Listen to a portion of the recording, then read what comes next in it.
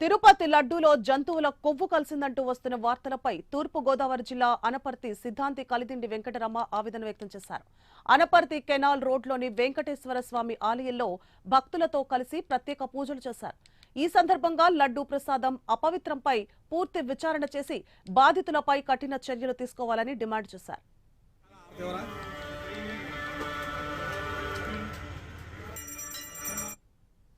ప్రసాదాన్ని నాణ్యతా లోపం చేయడం, కొవ్వు ఇటువంటి అన్ని వేసారని చెప్పి టీవీ ఛానల్ అన్నిటిలో రావడం చూసి మేము చాలా స్వామివారికి భక్తిదత్తంగా ఉండి ఈ ఛానల్ ముందుకు వచ్చాం.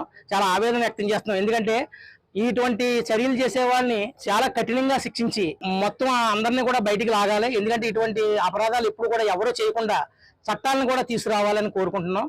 ఈ కలియుగంలో వెంకటేశ్వర స్వామి ప్రసాదం అందరికీ అందుబాటులో తేవాలనే ఉద్దేశం ఉండడంలో చాలా మంచి ప్రాధాన్యత ఉంది.